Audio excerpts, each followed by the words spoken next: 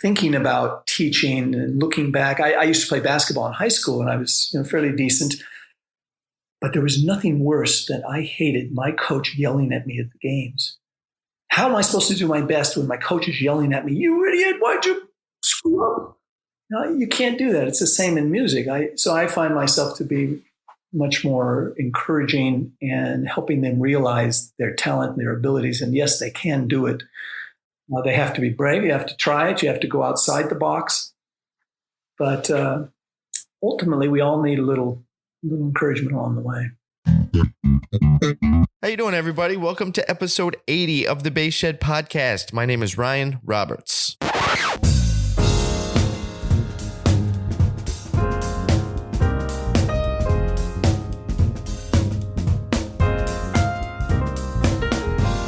On the episode is Jeff Bradetich. Jeff Bradetich is regarded as one of the leading performers and teachers of the double bass in the United States. He has won many major solo competitions, recorded 6 solo albums of music for double bass and piano, and has been featured on radio and television throughout North and South America and Europe, including CBS, CNN, BBC, and NPR. Jeff's resume and influence are incredibly impressive, and I'll touch more on that in just a second.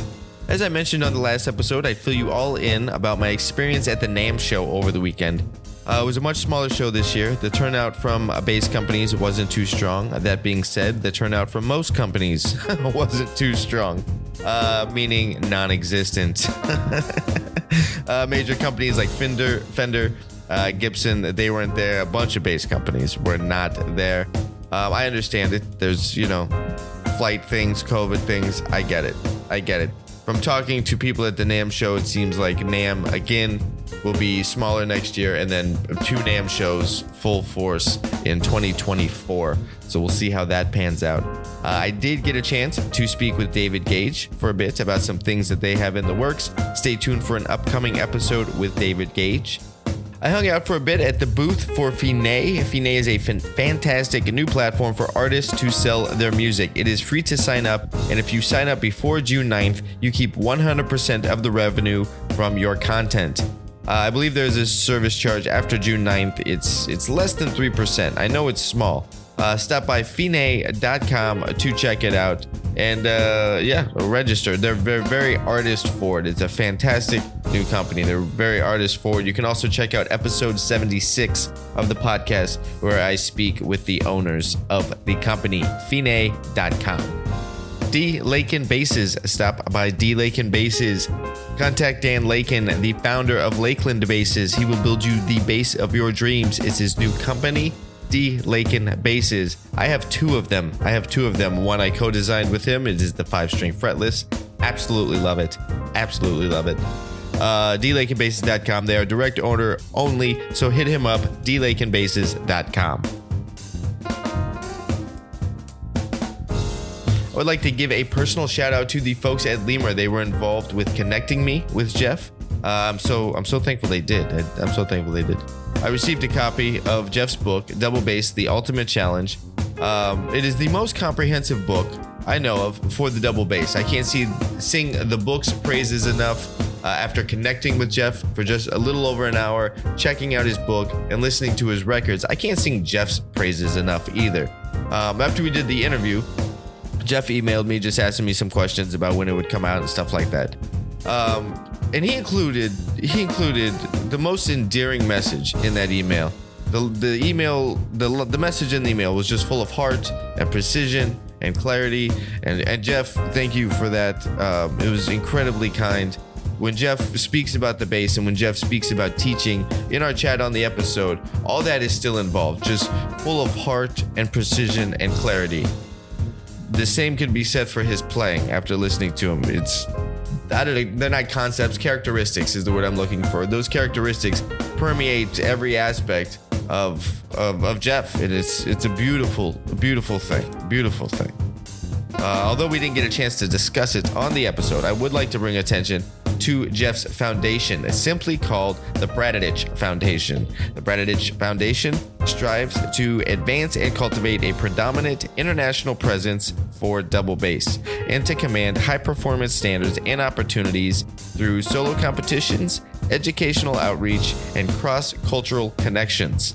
I look forward to having Jeff back on the show, actually. I want to have him back on the show so we can talk about the foundation a little bit more in depth. We didn't get a chance to cover it, but I definitely wanted to discuss that with him.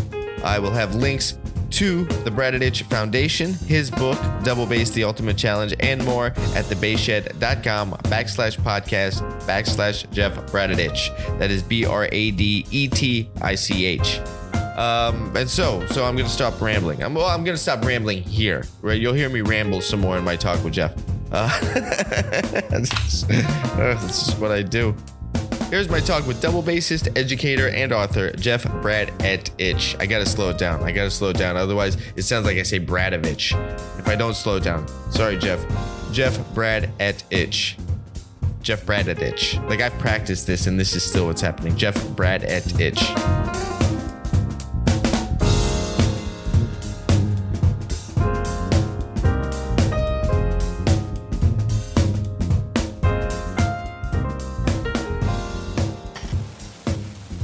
Here we are. Hey, how you doing, Jeff? Good. You can hear me okay? I can. Can you hear me all right? Yeah, very well. Cool. Thanks for taking the time to do this, man. I appreciate it.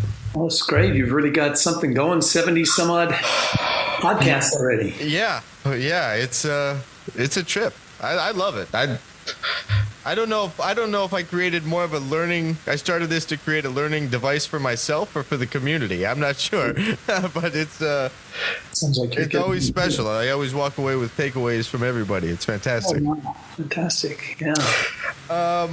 So Tammy over at Lemur recommended that I speak with you, and she sent me a copy of your book, Double Bass, The Ultimate Challenge.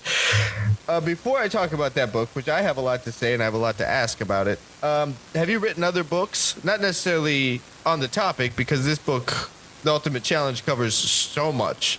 But do you have other publications? Not specifically books. I have a technique book. Okay.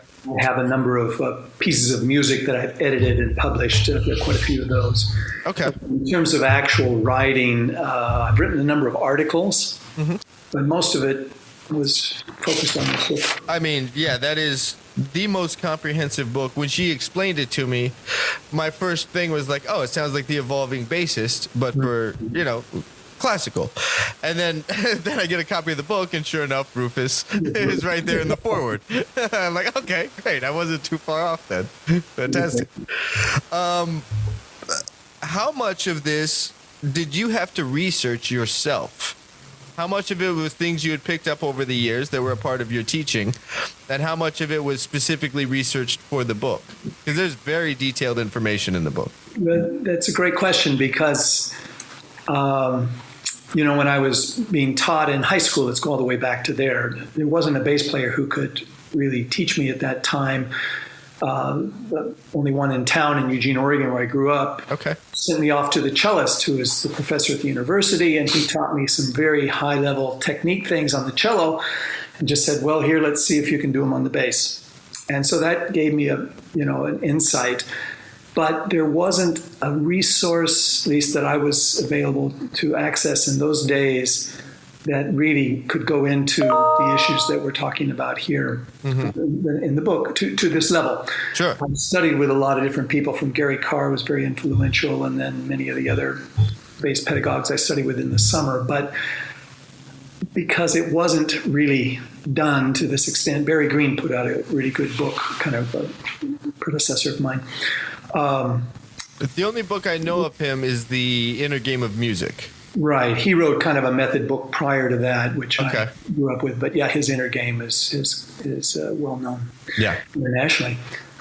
But so it kind of fell on me to figure it out. And as a teacher, I started teaching right away out of college. I started at University of Michigan for 3 years, then back to my alma mater at Northwestern for 11 years. And you're teaching, and there's a few books, but as I was beginning to explore more advanced technique, I'm beginning to realize that these books were teaching some not so great methods to achieving a not so great result.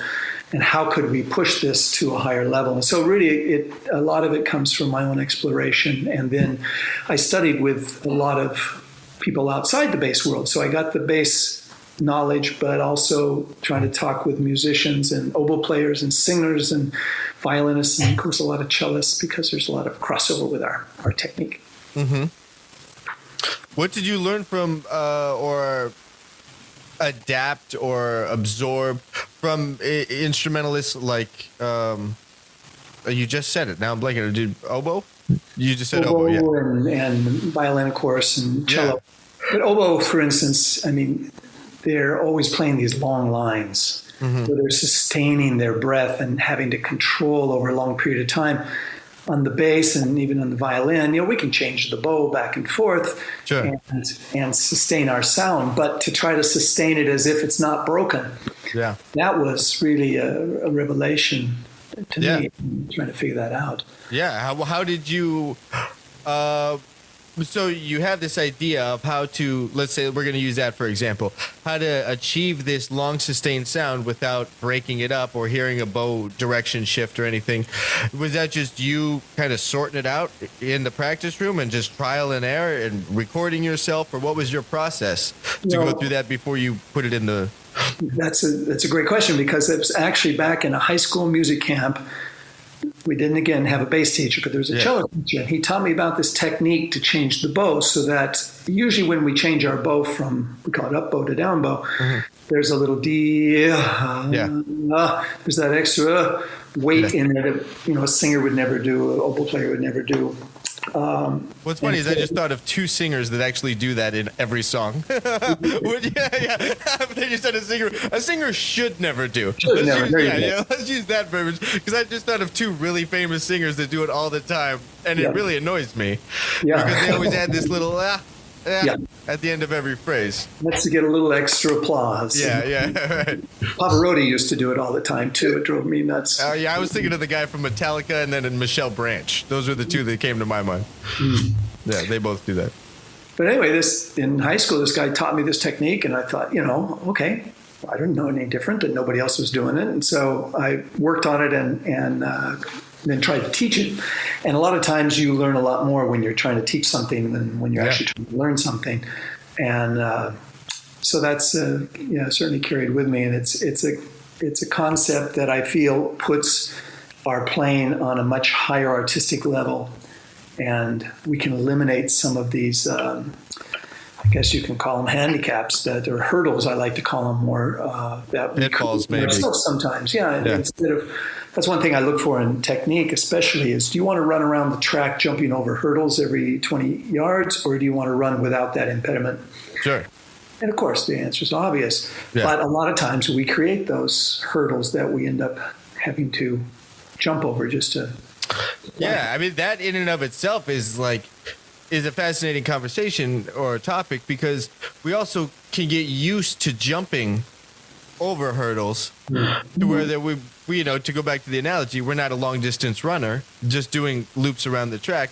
Now we're purposely gauging how quick we can jump hurdles. We adopt that the hurdles are fixed and can't be eliminated. That's it, exactly.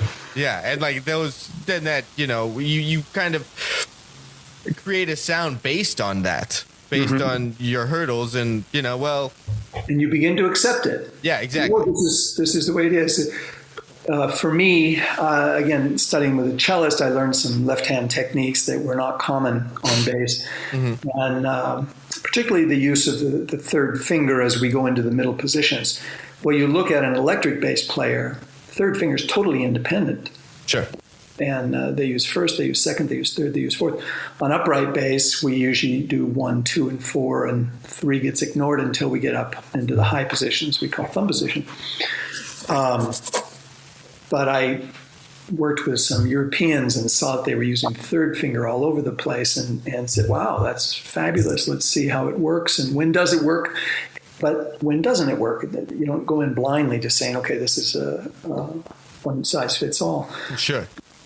But, and you actually addressed that specific point in the foreword of the book, that it's not one size fits all, that you should still be aware of your unique artistry and physique and all these things when addressing the topics that you bring up in the book. Well, you think back on some of the horror stories that we've heard, of children playing the violin and getting their hands slapped with a stick because they're not quite holding it right or doing something wrong. I mean, it's such negative reinforcement. But the point is that someone's hand is bigger and someone's hand is smaller. So if you try to teach these little bit, what we call stretches in the left hand, where we have to reach a little bit further for, say, a minor third instead of a whole step, a smaller hand can't do that so well. Right. But they can utilize the use of their thumb and approach it in a different way and get the same result. In fact, they can probably even go faster. So having a big hand is always a benefit, but a smaller hand is not, these days, it's not so much a handicap. Sure. Look at as to what it can do and apply it appropriately. Now, to go back to the use of the third finger on the left hand, it had been my understanding that was also a different type of fingering system, because I'm thinking, forgive me if I mess up the pronunciation, is it the Belay etude books that also give alternate fingerings for the third finger? Yes, the Belay method. Yeah. And I still teach it today. My teacher's teacher studied with Belay. Okay. And what they did in the Italian, this is an Italian method. Yeah. They actually don't use second finger in the lower part of the instrument. They go 1, 3, 4, and yet second finger is your strongest finger. And I remember having a Italian student one time. He comes in and he goes 1 half step 3, half step 4, and I'm like, why do you do that? And he's like, what do you mean? And I demonstrated for him 1, 2, 4, and he goes, oh, wow. Yeah. That's funny. They just kind of accepted it sight unseen. They never, because I mean, it's almost like a natural response to just use 1 and 2. I mean, those are the strongest fingers on the hand before you even get into 3 and 4.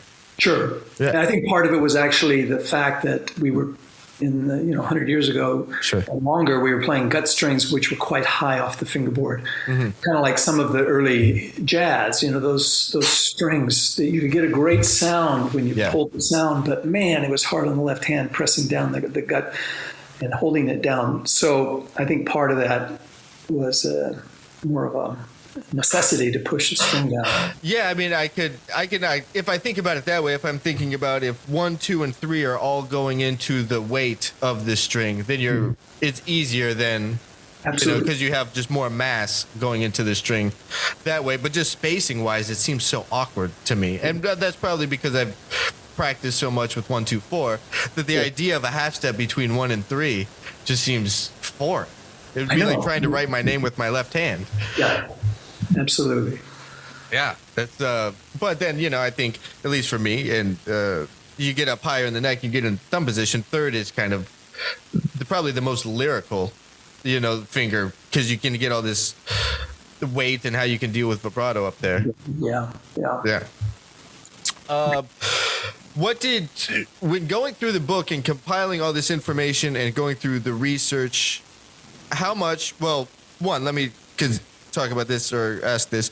How much did you beta test it on students after you had gone through the information? How much did you, before you sent it out to anybody to read through as a book? Did you spend a few years just like checking out how students were responding to the information? Yeah, it was about 20 years. Okay.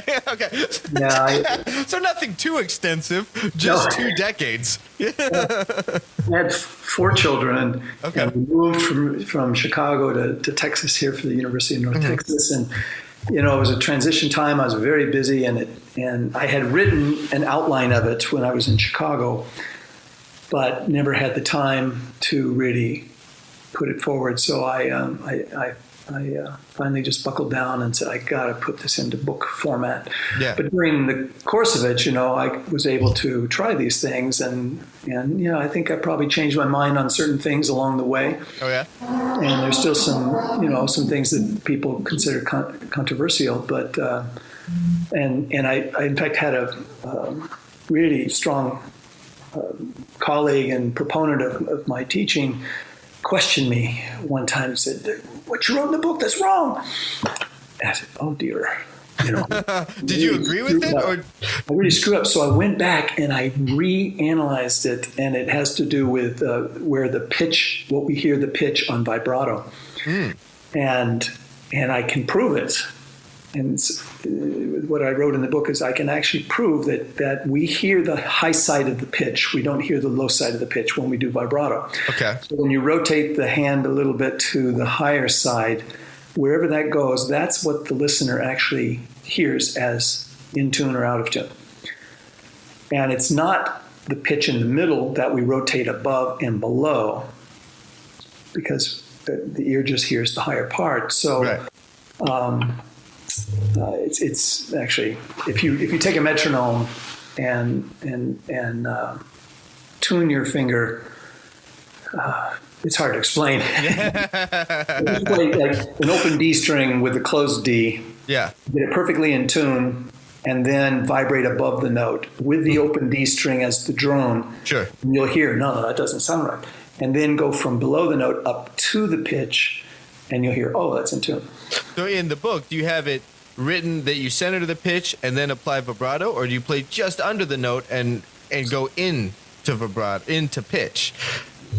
And then do you go in and out of pitch? And also, is this, I'm curious, maybe you know the answer, and totally understandable if you don't, because this is, who knows what kind of question this is, but is it just, do humans hear sharp quicker than flat? Ooh, that's a great question. I don't know that. I don't know any research that way. I mean, that's I would have to, I don't know who I'd have to talk to if I wanted to find that out. I just thought maybe you would come across some studies about that when compiling the information here. I notice in general, again, this is in general, but all over the instrument, bass players tend to play sharp. Mm-hmm. And certain notes especially, I can predict it's going to be sharp before they ever get to it. And sure enough, it's just there's certain feelings. But yeah, it's your question about the vibrato and where to start it and so forth. That gets into the realm of personal choice, artistic intent. Okay. I love starting long notes in more lyrical music, which is more my forte. I love starting the note without vibrato. And then let it grow. You hear singers do this all the time, which I base a lot of my playing on. And then particularly in musical theater, you hear the singers sing, and they'll actually hit that high note a little flat until it grates on you a little bit. And then at the end of the note, they round it up. So there's this warmth of resolution. Sense of resolution, yeah. Yeah. And we can do the same. I think, orchestrally, where we're working in an ensemble and chamber music, we have to match what else is going on around us. So it's not such a personal choice in that regard. When getting into really lyrical playing, have you talked to colleagues or years ago taken a lesson with a classical vocalist or operatic singer to learn some of these ideas of phrasing? Yeah, very much. In fact, it goes back to my grandmother, who was a soprano soloist on the church level, in Portland, Oregon. She was widely desired soprano soloist for church events and choral works, and then passed that down to my mom. So I constantly heard my mother singing, and she was more of an alto, so she had a little darker, richer tone, which I picked up for the bass. Sure.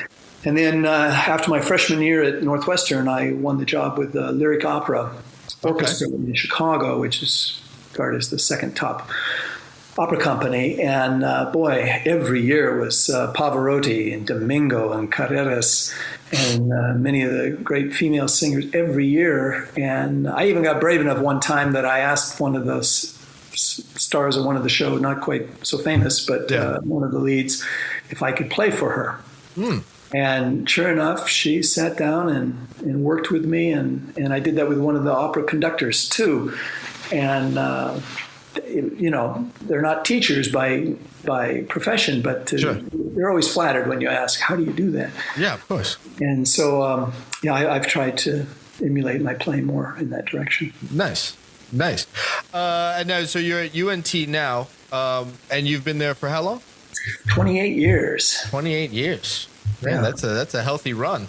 I'm in my, I think, 42nd year. I just finished teaching. Wow. What is, from that much of teaching, besides coming up and coming with all this information that was in the book, what has teaching for that long taught you? Patience. Touche. It's like being a perpetual parent. You have to be incredibly patient as a parent too. But Sure. as a teacher, there's the models of the old school where you yell and get mad, and if you don't do it my way, you're out of here, and don't come through that door again, and that type of thing. I never subscribed to that. Doesn't seem like that's your. It's not my nature, but yeah, exactly. In really thinking about teaching and looking back, I used to play basketball in high school, and I was fairly decent. But there was nothing worse than I hated my coach yelling at me at the games. How am I supposed to do my best when my coach is yelling at me? You idiot! Why'd you screw up? You can't do that. It's the same in music. So I find myself to be much more encouraging and helping them realize their talent and their abilities. And yes, they can do it. Sure. They have to be brave. You have to try it. You have to go outside the box. But ultimately, we all need a little encouragement along the way. Yeah, I think I agree with you. I think that there's, an adage I've used with students is a lot of times, and this comes from me too. Like I've had this thing of like, oh, that's too hard. I can't do that. That's too hard. So like, you don't even climb up to the high dive because it's too scary, that kind of thing. And so I try to debunk that right from the get-go is nothing's difficult. At one point, you didn't know anything, and all of us, we didn't know anything about this instrument. We didn't know how to tune it. We didn't know what the names of the strings were. We didn't know anything.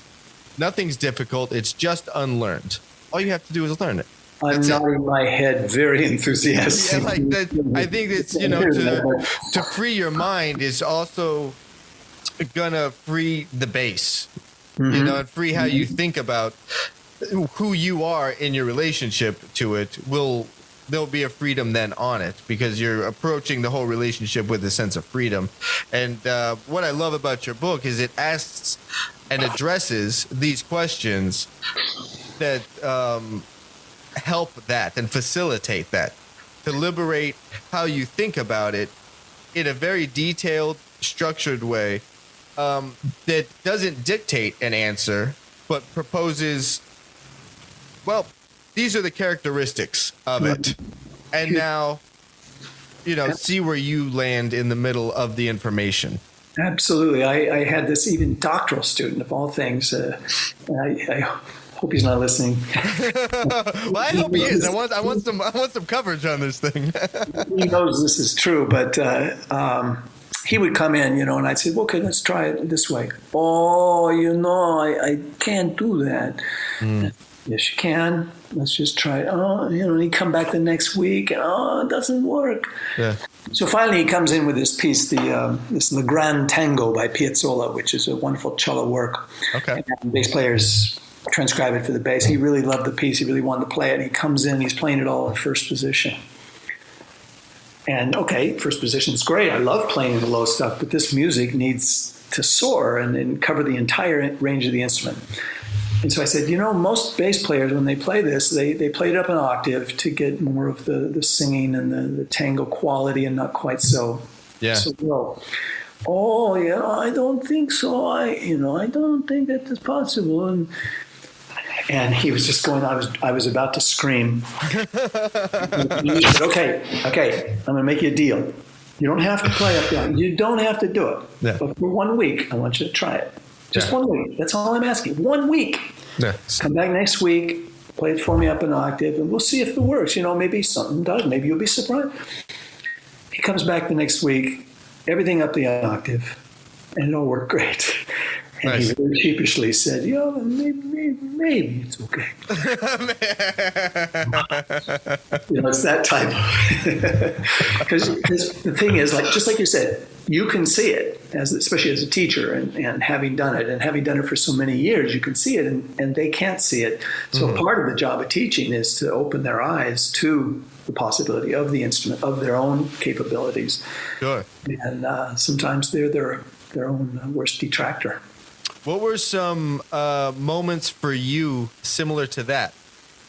in your journey with the bass? What were some moments where it's like, oh, that's not as challenging that I thought? Like, what were some of the hurdles you've overcome, that really stand out in your mind?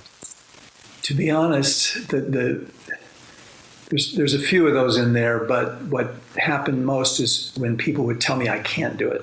Mm-hmm. You're a bass player. That was fuel for you? Oh, yeah. Yeah. I mean, even my teacher, I don't know if you're ready for this piece. Oh, doggone it. Yeah. I'll show you. I had that kind of fire, but I mean, so long through my playing, I started, Gary Carr had been on the scene for 10 years or so, and I know he fought the bass profession, saying, "Oh, you can't be a soloist. Bass isn't meant for a solo instrument." Just, my teacher, in fact, in college, told me, "Jeff, just stick to the money positions," which was meant, the orchestral, more the lower positions. Yeah. Which I love playing down there. I love the sound of the low bass, but that wasn't the end of the tunnel for me. So I think taking those types of negative feelings towards the bass, it has always driven me. I've tried to enter numerous solo competitions when I was young, and it would be for violin, viola, and cello, or for piano, violin, and cello, or for voice and violin and cello. And so many of them didn't have the bass, and I would try to apply, I would try to convince them, no. And finally, I was able to break through in a few, but nowadays, every single solo competition includes the bass. Which shows how far we've come in those 30, 40 years. But very short amount of time. A lot of, convincing of very skeptical minds. Even in the musical world, the classical music world, you got a lot of violinists. I wanted to play this famous piece by Bottesini for violin and bass. Absolute showpiece, one of the great showpieces of all time. And we were at a summer festival to get summer camp. And she asked her teacher if she could play this piece with me. The teacher said, "Absolutely not. You never, ever play with a bass player." And so she wouldn't let us do it. But luckily, there's more enlightened minds. Yeah. Do you find a lot of... I want to make sure I ask this question appropriately. Is a lot of prescribing to these closed-minded ideas about the bass, does that come with older educators that have been in the classical scene for a long time that just, when they came up, the bass still lived in this one specific part of their mind, first and foremost, and then in the orchestra second? And since the bass wasn't, because there's been solo pieces for the bass since written before all of us were born, including these people that are closed-minded. Like, the solo rep already exists, so clearly the limitations are of them, not the instrument. That's a good point, and that certainly exists. Though with educators, they're usually more open-minded. Well, let me hear it. Yeah, right. Prove to me that it can work. Where I found the most closed minds, and this isn't the way it is nowadays, but when I was young, 40 years ago, I'm kind of trying to break in, it was more the orchestral double bass ideal and the profession that you're a bass player, therefore you should play in the orchestra and forget this solo stuff. And the point isn't, and I certainly stress this with my students, the point isn't that we're trying to make you into a soloist, for heaven's sakes. There's little opportunity for making a living that way. Mm-hmm. But the point is that you're a musician. Right. And you should have something you want to say. And solo playing is one of those avenues. It's the most specific to you and sure. intimate ways of expressing who you are and what you think and feel. So why would you want to cut yourself off from that? I mean, look at all the hours it takes to play the bass. Don't you want to play it? Hear you? So we've come, again, a long way, baby, and it's really refreshing to see me. Students who don't have the same passion for being a soloist that maybe you do or other performers or teachers, how do you speak to them about the artistry of section playing? Because I mean, I do agree with what you just said. Being a soloist and having something to say, and all those things come out in the solo playing. I mean, I play primarily jazz. I play on the upright, like I'm a jazz guy. But so I understand the expression and the freedom of all that as it relates to improvisation. And I can understand it how it would relate to a classical soloist. But I can't wrap my head around the artistry of what you have to personally, the individual artistry of a section player, and where you find that. Like, that kind of confuses me. And maybe it's a jazz way of thinking, but like, why would you do that? Like, why would you want to play in the section? I've talked to section players on the podcast, and they've said, very eye-opening things to me. Like just being a part of this power, and like there's a thing where you're there and you're with 80 people and there's this presence of sound and you're all unified and working together. It's like there's nothing better. Okay, that's right. I haven't had that experience, so I don't really know. And I'm glad that I got that perspective on it. Yeah, for sure. Playing that great repertoire for the orchestra is just tremendous. But I think a lot. I mean, that's a many-sided question that you're asking. You've got first of all, just the doing of it side of things. It is a very high level skill to play the excerpts really, really well and make them sound musical as well as very exact. In fact, working on the orchestral excerpts for auditions is much more exacting than playing solo music. That may sound sacrilege to solo players, but it's not. Solo playing, you can make a mistake, and it doesn't matter. It's what you have to say and the sound and the expression and the emotion. Whereas orchestral playing, if you go off on your own, then nobody, fit in. There's no room to go rogue when you're in the section. For sure. Yeah. And so, but there's a lot of joy in playing with another person and getting it really tight together, and then with a section, and then with the whole lower end of the orchestra, and then with the whole orchestra together, that it's a kind of an interdependent relationship that is the height of learning.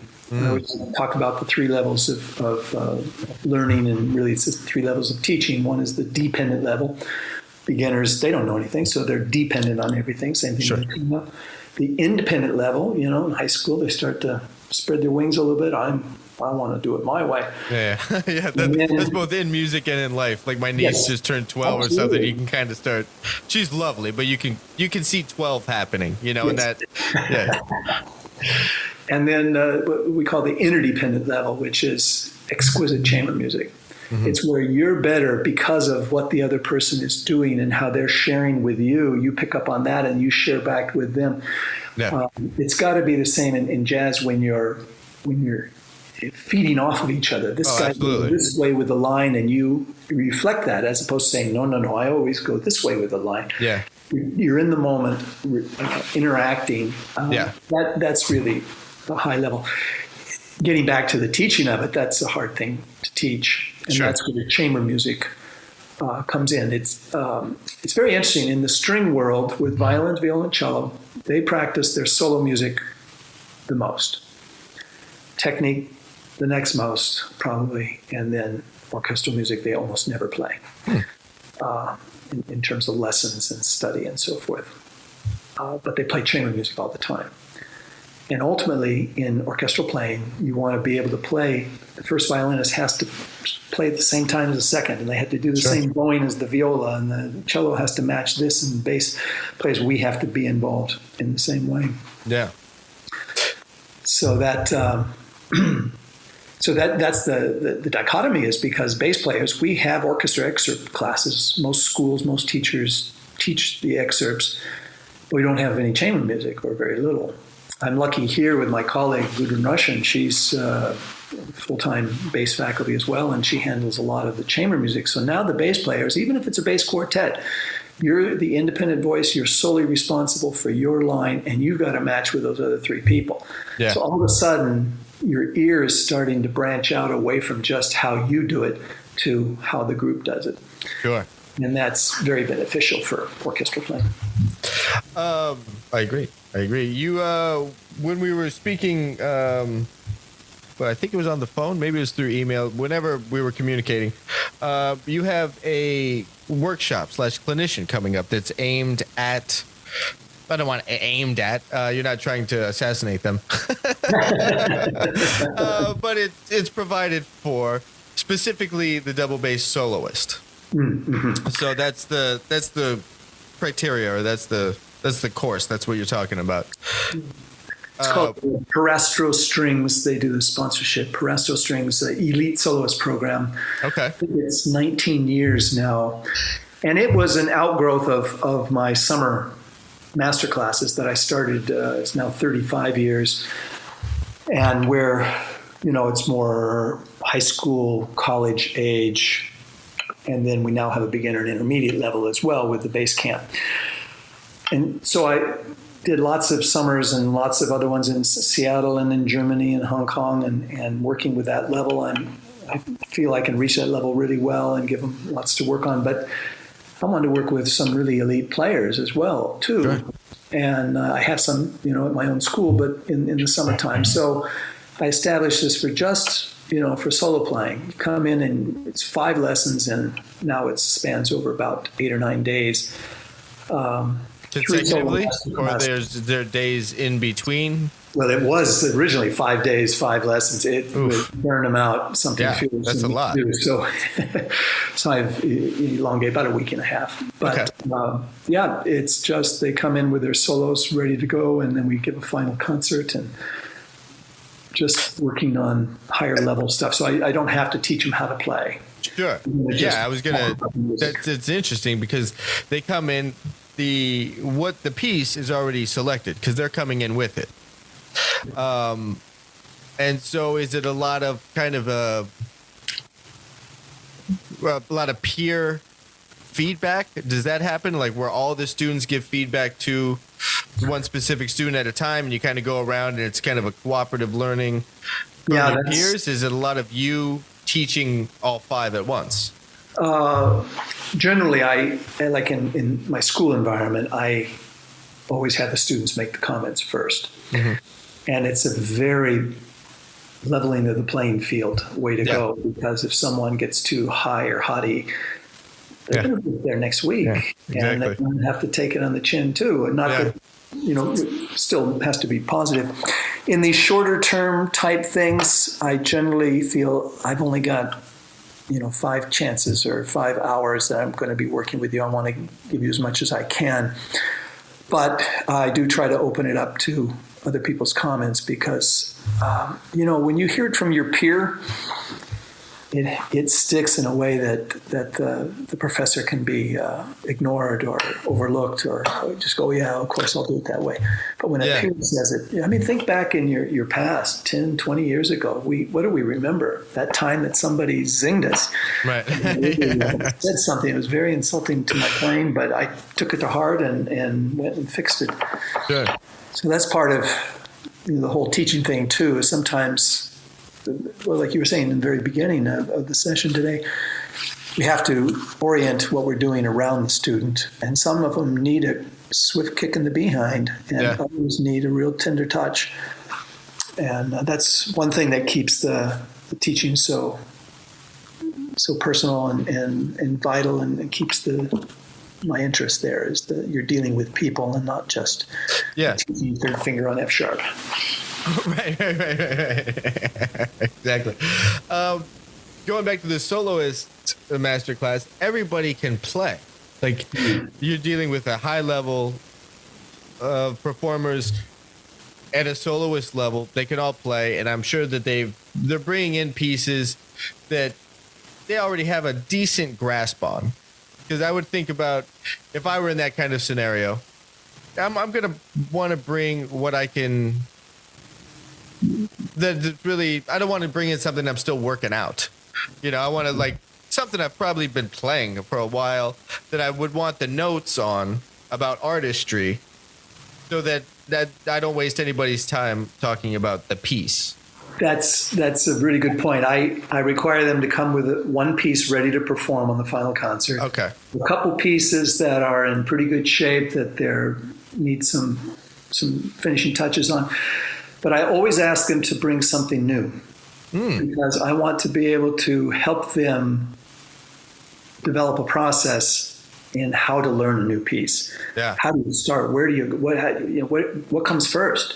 Sure. And with almost every person I've ever worked with, it's the left-hand fingers. What fingers do I use on these notes to play the notes? When in fact, how do you know which string you even want to play those notes on if you don't know the piece? Sure.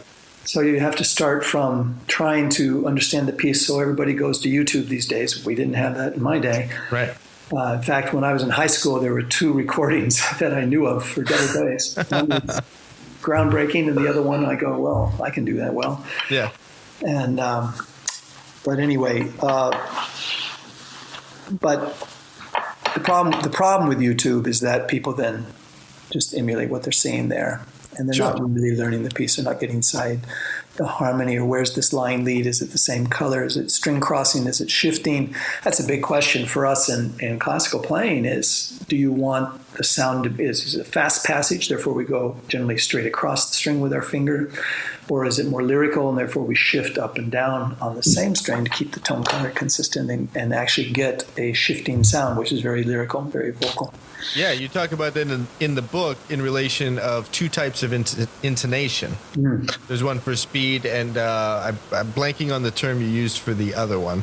There's like kind of a way you play for, a lot of dexterity. Right. And then there's another way you achieve intonation and the precision of intonation, and that's by staying on the string, the same string. Yeah, that's the idea. Yeah. And therefore, you have to ask the question, is this a shift? Sure. Or should I go across the string? So that's half the fingering question. But then once you have the fingering question, if you're going to shift, do you want to hear the sound of the shift or do you not want to hear the sound of the shift? Now you're really getting into the interpretive side of it.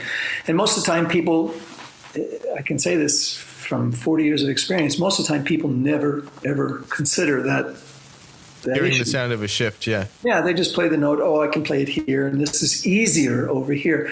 That's one of my pet peeves. Yes, the bass is hard, quote, to play, more challenging, I like to use the term. Yeah. But that doesn't mean that the easiest way out is the best way. Sure. What I always stress is finding the best way musically to play it. How will it sound best? And then, if you don't have the technique, develop it. If you do have the technique, put it to use. Yeah, right. I mean, if you take just that phrase, the easiest way is probably not the best. That pretty much applies to life. If you think about and music is just a reflection of everything else in the world and who we are in the world. So if you take the easy way out on the bass when it comes to a fingering, okay, yeah, that's probably not the best. If you take the easy way out in whatever life scenario, probably not the best thing. You spend a good friend of mine, his wife is Brazilian, and he told me the phrase, how they say it in Brazil, which I can't, I can't do that. But it has to do with the less you pay now, the more you'll pay in the long term. You buy the cheapest car you can now, well, you're going to end up dumping a bunch of money into that car and then finally just buying another cheap car instead of just buying, pay the money now, and it's that idea of put in all the work up front to make the work on the back end easier.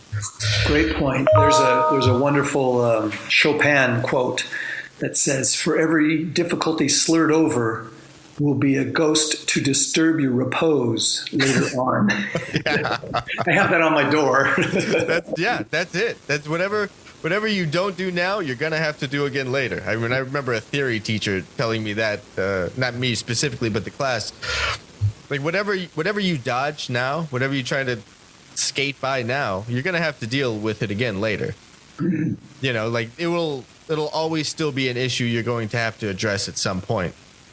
Absolutely. And so as that relates to what you're talking about with learning a piece, I mean, that makes the most sense, is just figure out what works for the piece. Because the idea is to perform the piece of music.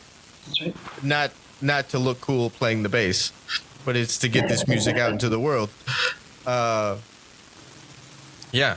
Yeah, I think that's great. Have you found a lot of students of that caliber that still tend to, well, two questions actually.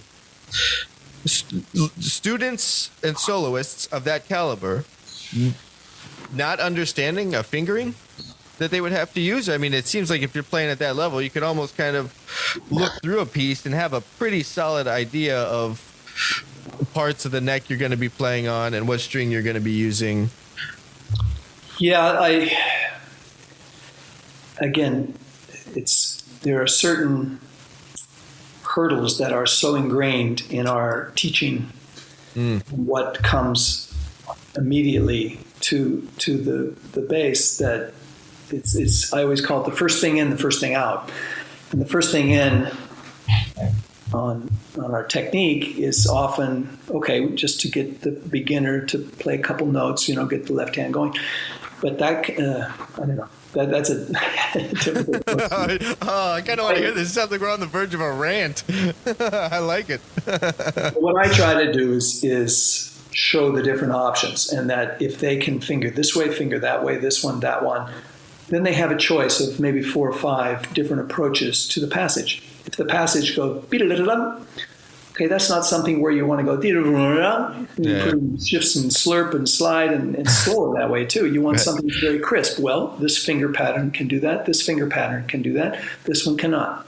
If you want to go D, really make it nice and singing, going across the string is impossible. Sure. You can play those notes. Yes, you can play them. Because I like to refer to it as functional versus artistic. Yeah. There are lots of ways to play that are functional. And you can play what's written on the page there and do it functionally correct in the right metronome mark and all that type of stuff. And then there's creative ways of making it really say something and exploring the instrument. We're not just playing notes on the bass, we're playing sound. And I like that. I find, if I can rant a little bit, I grew up, working with Gary Carr and this cellist and things, and sound was everything. And that's your voice. It's just like a singer. If they don't have a good voice, it doesn't matter how much they practice, they'll never make it.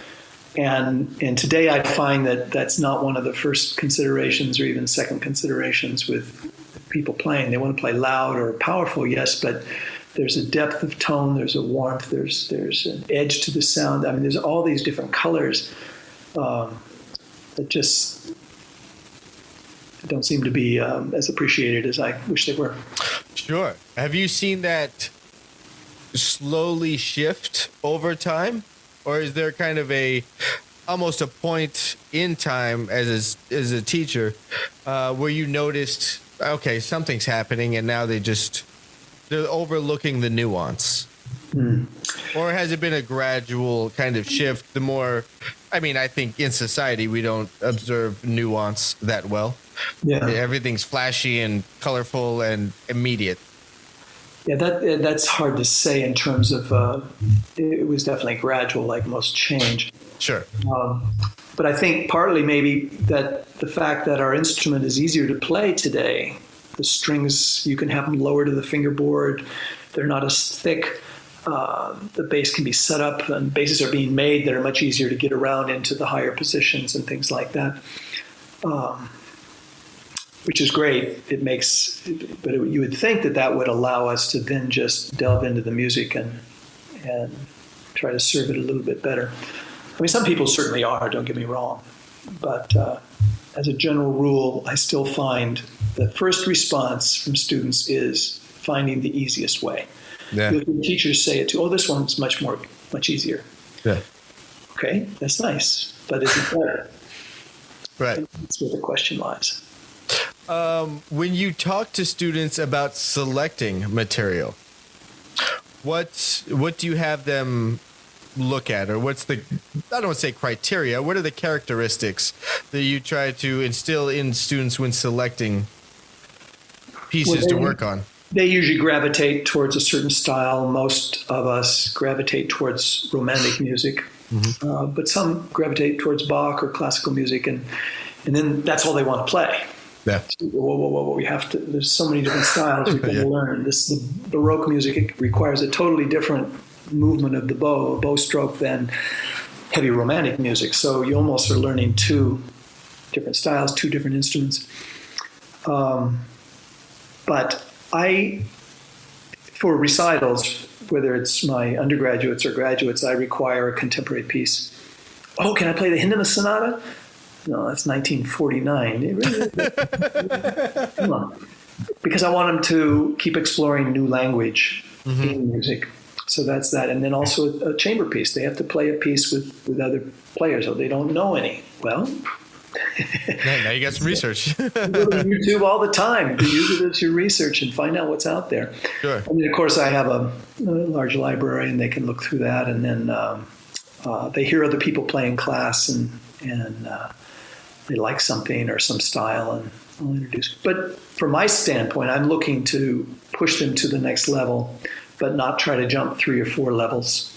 Sure. Because then you're not learning the piece, you're learning the technique it takes to play the piece. I would rather you work on your technique so that when you come to the music, you can, you basically have that technique ready to go. It may not be refined yet, but you're not spending time using, like Bach, the young players, everybody wants to play Bach, which is fabulous because it's such great music. What, the cello suites? Is that the one that they... All the cello suites. And then you get people doing it who don't have the technique to just do a simple string crossing. Yeah. And so they're developing these bad habits. It's the same thing with orchestral excerpts. Some of them are very challenging, very difficult. You can't learn about half of the orchestral repertoire if you can't play the bow stroke spiccato, the bouncing bow stroke. Right. If you can't do that, why are you working on a piece that requires it? Sure. You're not going to learn it working on that piece. You need to learn it where you can look at it and see it and feel it and be patient with it until it becomes part of your arsenal. Yeah. Then the piece that requires spiccato is readily available. Sure. That's what happens on the other string instruments, if I may be so bold, is they learn how to play their instrument long before they enter into the orchestral excerpts. And then the orchestral excerpts are stuff they can already do. Right. Technically, it's accessible. Yeah. You said something in passing a little bit about getting into the harmony within a solo piece. Talk to me about that. Because, I mean, when I think of harmony as a jazz musician, jazz musicians have a much different approach to harmony. A much more developed and sophisticated knowledge. Depending, enter jazz musician joke there. Who knows? Maybe. That's the idea. It's a very, that's something that's a part of our thing. We don't spend the same amount of time probably with the bow as the classical player, but navigating harmony is a skill that has to be developed. But for the classical musician, how does harmony relate to how you shape a phrase as a soloist? It's not as thought about as it should be probably, but we do hear it and respond instinctively. Mm-hmm. For instance, I start with just real simple. Like in Bach, for instance, he has 2 minuets in each Bach suite. There's the first minuet and the second minuet. Mm-hmm. First one is in major in the first suite, for instance. The first one's in major, therefore the second one is in minor. So I'll ask him, what's the basic difference between these 2 minuets? Well, one's faster and one's slower, and one's happy and one's sad. One's major and minor. And then start with something just that basic. And then you go, oh, okay, so if it's happier, how do we approach it from a playing standpoint? Mm-hmm. And does that mean you put the bow more heavily into the string, or lighter, or faster, or closer to the bridge? All these different tone color things that reflect the sound. Now, as you get into more romantic and more complex harmonies, you look at those really intense harmonies, the tritones and just a lot of dissonance. A lot of upper structure in the chord. You're dealing with 9ths and 13ths, and does that have an edge to the sound? Does that make you feel like someone's poking you with something sharp? Then you want to play with more of an edge to your sound, a little bit like that. And how do you do that technique? Where you go a little more to the bridge, you put the bow a little more on the side of the hair, and you you just manipulate it differently. Right. Whereas if the tone is this warm, impressionistic, velvety, soft summer day with a little wind, little breeze blowing through the air, how do you create that sound? Mm-hmm. If you don't even know it exists, then of course you can't really create it. Sure. So, is that a big aspect of your how you communicate with students, is creating this imagery and visualization to the tone color? I try to do that as much as I can. I know there's some people who have just fabulous analogies and things like that. And yeah.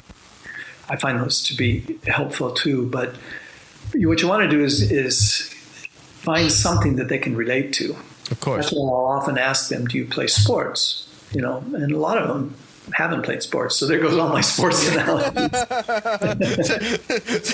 Like shooting baskets. Yeah, because you played basketball, I was gonna make some basketball joke. Like you're gonna tell them to take it to the paint, Yeah,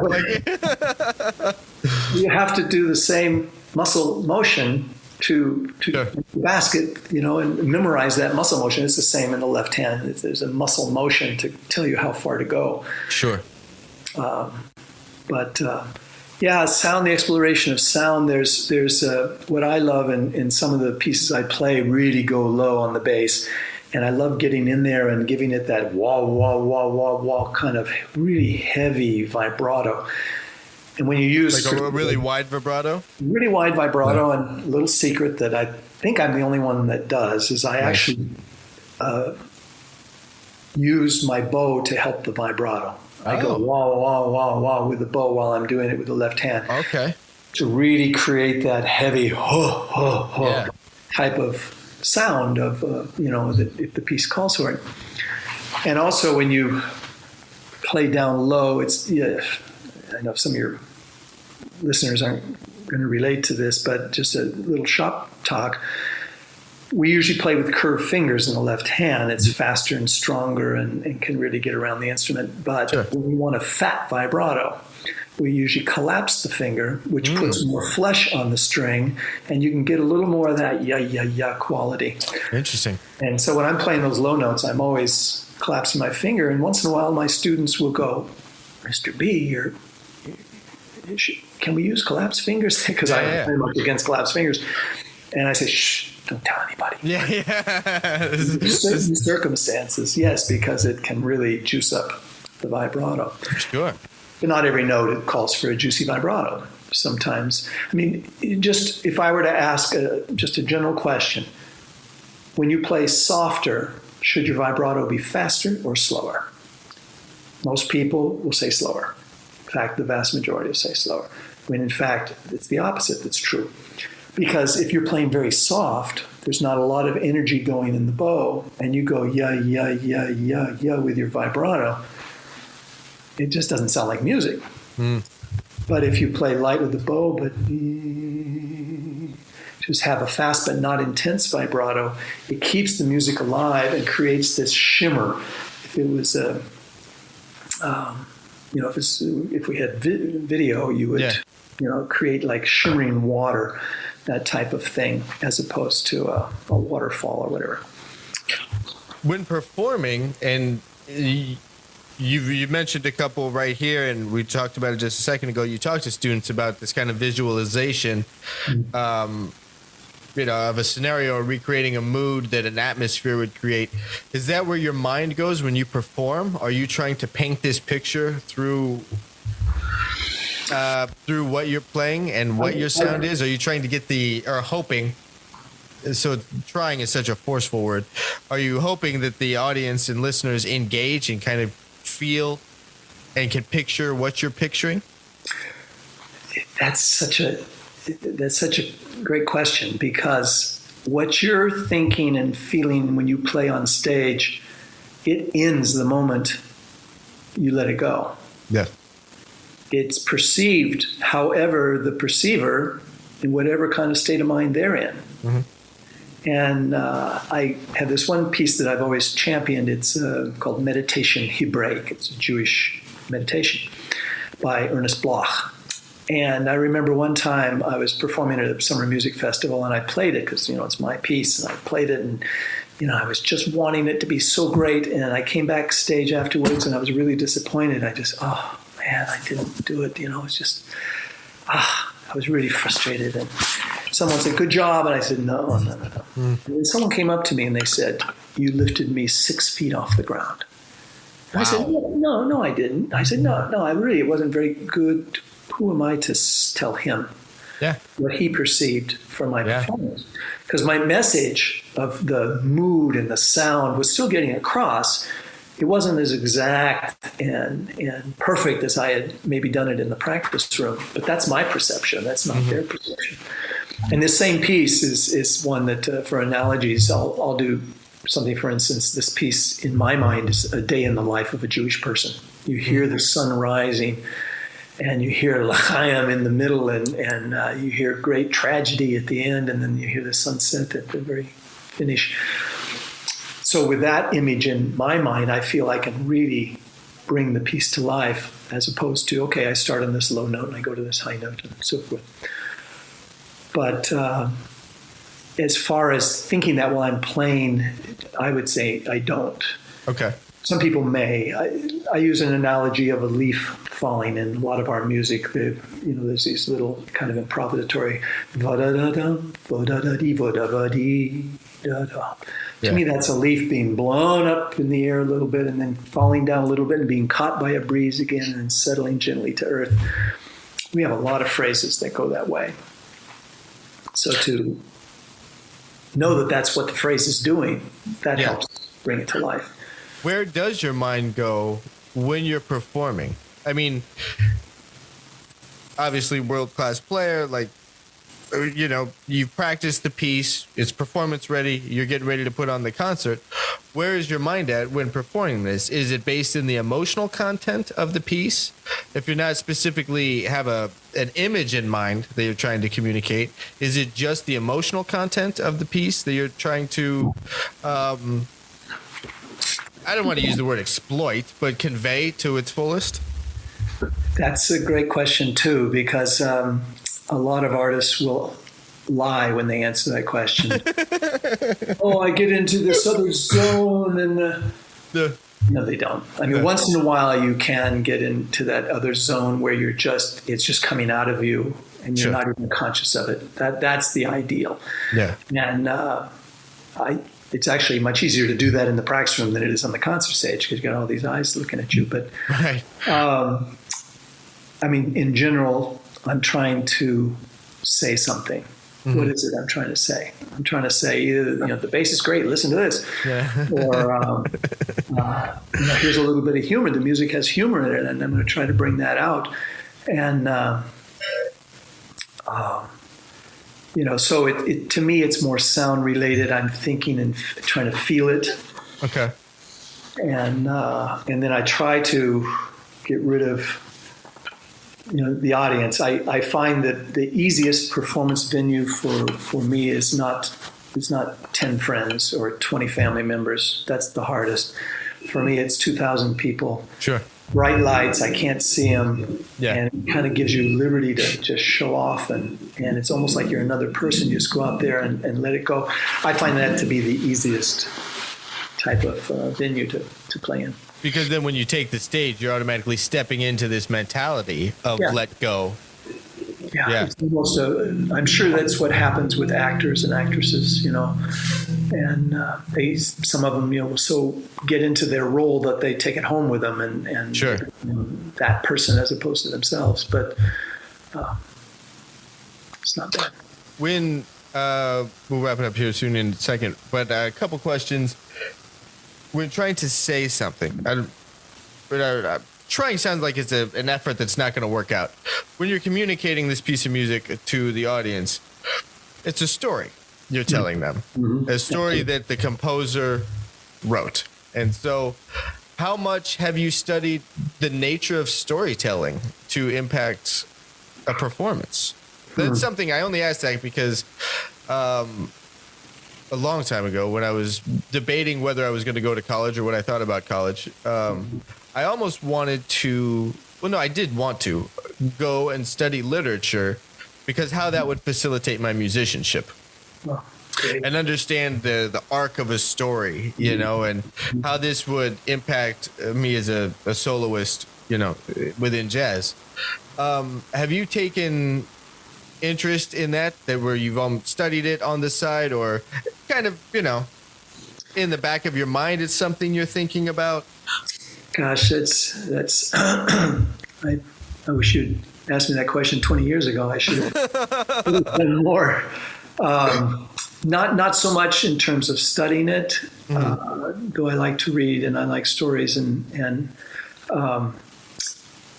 one analogy I use is that when you play a piece, you're the tour guide.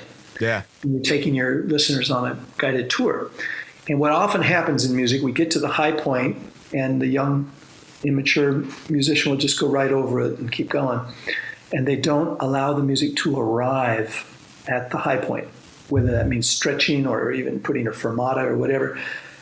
And so I say, well, if you're a tour guide and I'm going on a tour with you, you take me to the top of the mountain and you don't even give me time to take my camera out and take a picture. Yeah. I want my money back. Yeah. And it's the same in music that, so we're, telling a story. But I suppose the only experience I really have is having had 4 children. I read a lot of storybooks. Yeah. And sometimes, you're so tired and you're reading to them and you go, once upon a time, they all lived happily ever after. Yeah. And close the book. Oh, yeah. And then they go, no, Daddy, no, you got to read the story. Yeah. And, so. Are your children musicians or artists or creatives? One of my sons, 2 sons and 2 daughters. Okay. My second son plays bass, and he does everything I don't do. So I go up to a little bit of jazz, and it goes from a lot of jazz and upright to electric, and all the way up through rock, funk, crossover, cutting edge, contemporary. He was the number 1 electric bass player in China until the COVID hit. Wow. And he left right before COVID hit to come home and visit, and he hasn't been back since. So. Was he touring there? What was he doing over there? Yeah, he was actually living in Beijing, and then they would fly him all over the country to do all sorts of stuff. And shows and TV, movies, just everything. Wow. To play on the soundtrack, cut the sessions for him? Yeah. Okay. I didn't know that. And did he go to UNT? No, he went to the LA Music Academy before they changed their name. I'm not quite sure what it is now, but it's Los Angeles Academy of Contemporary Arts or something. Yeah. LACMA. There's an art gallery out here that has a very similar acronym, and I get them confused all the time. But I know the one you're talking about. Over in Pasadena, Gary Willis used to be over there, I think. Yeah, all my kids are involved in creative type endeavors. My one daughter was a modern dancer until COVID hit. Okay. And then my oldest son and my youngest daughter are both doctoral students in psychology. Oh, wow.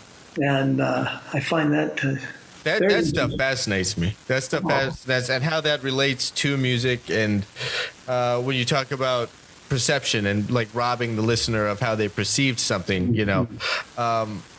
it's so fascinating to me, specifically within the arts, of like you can have a room full of 2,000 people and everybody will have a different takeaway.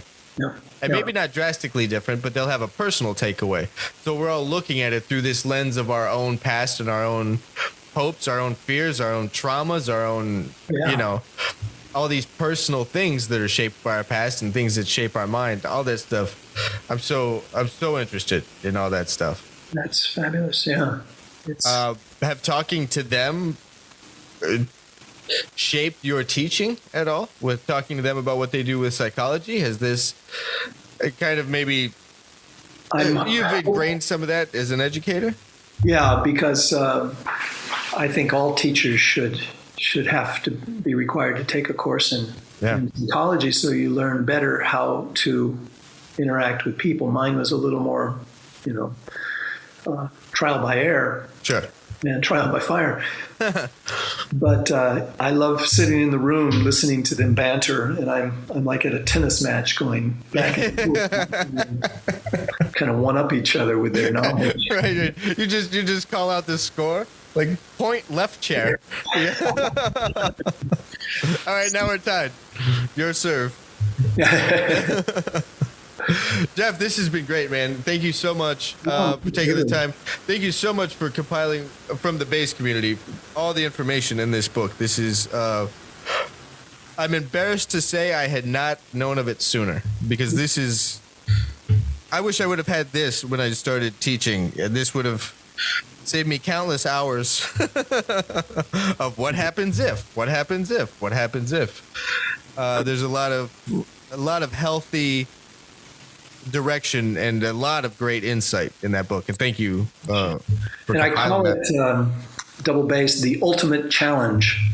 And people laugh at that, but I ask all of my students, especially when I do master classes, and the parents are there at the bass camp final concerts, I'll say, tell me one other activity in your everyday where you have to juggle so many balls that we do. Let's look at them. We've got to balance the instrument. We have to put the left hand in the right position with the curved fingers. We have to hold the bow correctly. We have to move it across string in the right place to create a sound, all based on what that little black dot on the white page is indicating to us in a totally different language, Morse code.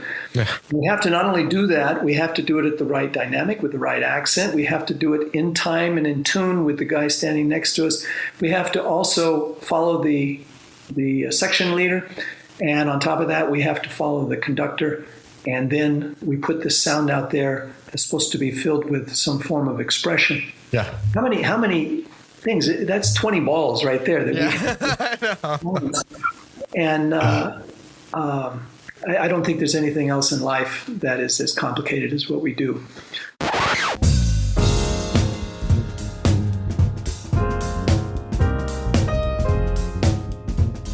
All right. That was my discussion with Jeff Bradetich. I would like to bring specific attention to Jeff talking about Pavarotti, and my direct response was the guy from Metallica.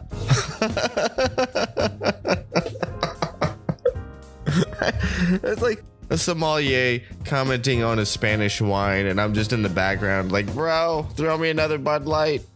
It's awful. I should have used a little bit more discretion on that one. It's so many times during that talk with Jeff, I felt like I was getting a lesson. It was great. There's so many things I mentally took a note of and have explored in my playing since our conversation, specifically about the, a little bit flat, the vibrato going into pitch, things like that. I've actually been checking that out a lot on the fret list. There's such a wealth of information and knowledge and artistry on the double bass.